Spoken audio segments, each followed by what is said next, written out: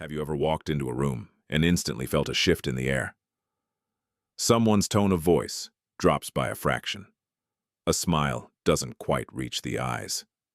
A silence stretches for 1 second too long. Everyone else in the room is completely oblivious, laughing and drinking their coffee. But your brain instantly sounds an alarm. You notice everything. You perceive the things left unsaid. You read the micro-expressions, the shifts in energy, the hidden intentions. At first, you probably thought of this as a superpower. You thought your high level of awareness made you empathetic, smart, or deep. But if you are watching this, you already know the dark, silent truth about this condition. Perceiving everything is exhausting. It is exhausting to live with a mind that never turns off. It is draining to have a conversation, only to spend the next 3 hours in your bedroom, analyzing every single word you said, wondering if you were misunderstood, wondering if you were too much or too little.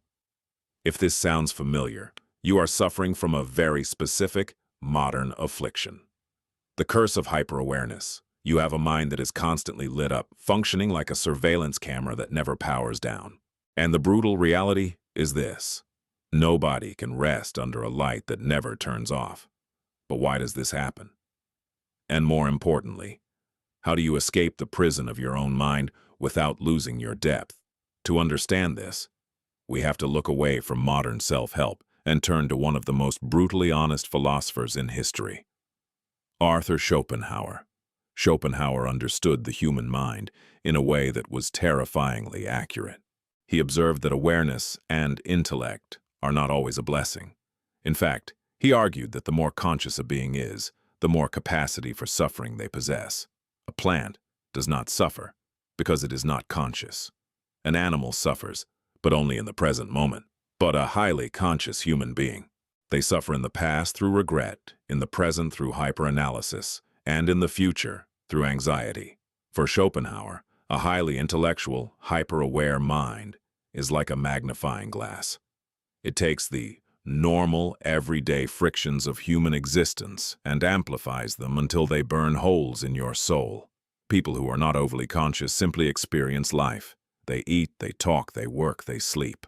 But the hyper-aware person does not just experience life. They interpret it. They dissect it. You don't just have a conversation with a friend. You analyze the subtext of the conversation. You don't just make a mistake at work. You project that mistake 10 years into the future and imagine your ultimate ruin. You're trying to find profound meaning in things that often have no meaning at all. But why do you do this? Psychology tells us that hyper-awareness is rarely born out of pure philosophical curiosity. It is almost always born out of a need for safety. At some point in your life, usually early on, you learned that being surprised was dangerous. You learned that if you could read the room, if you could predict someone's mood, if you could anticipate a problem before it happened, you could protect yourself.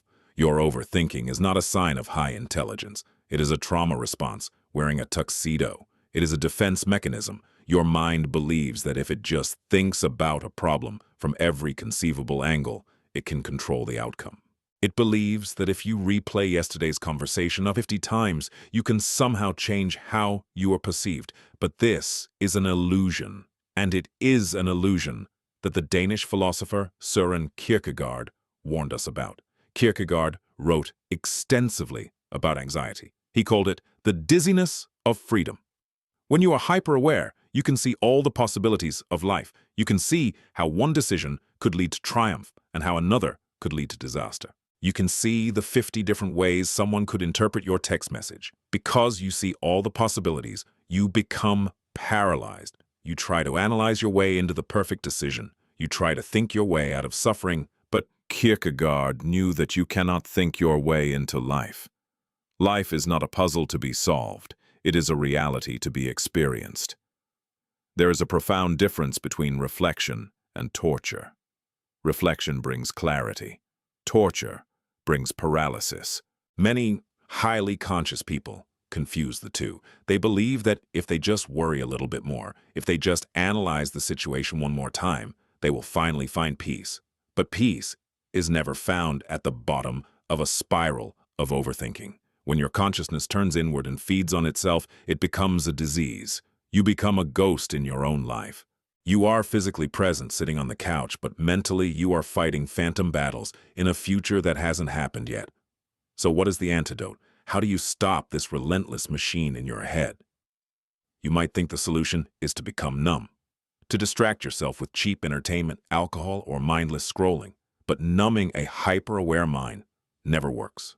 The thoughts just wait for you in the silence of the night. The true cure for hyper-awareness is not ignorance. It is voluntary simplicity. It is the practice of anchoring. You must realize that not everything requires your intellectual dissection. Some things just are.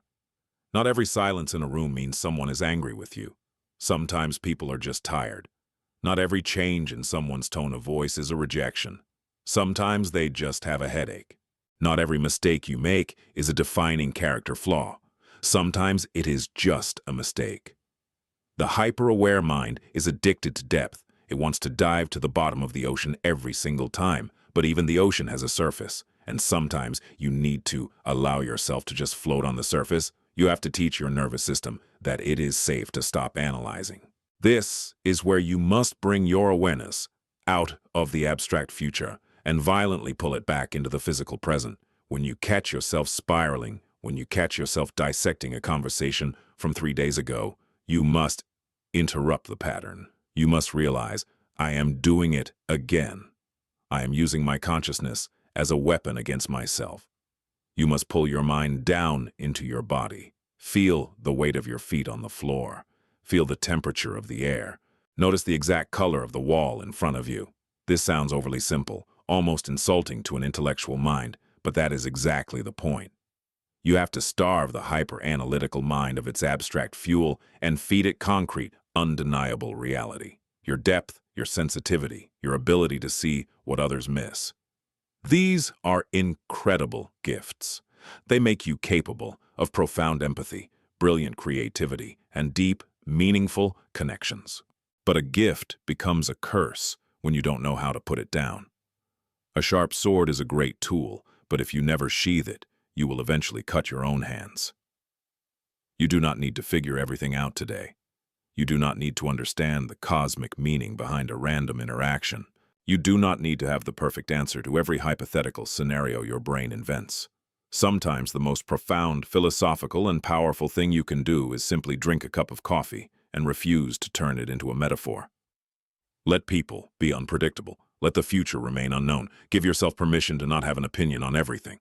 Give yourself the incredible luxury of being a little less aware today.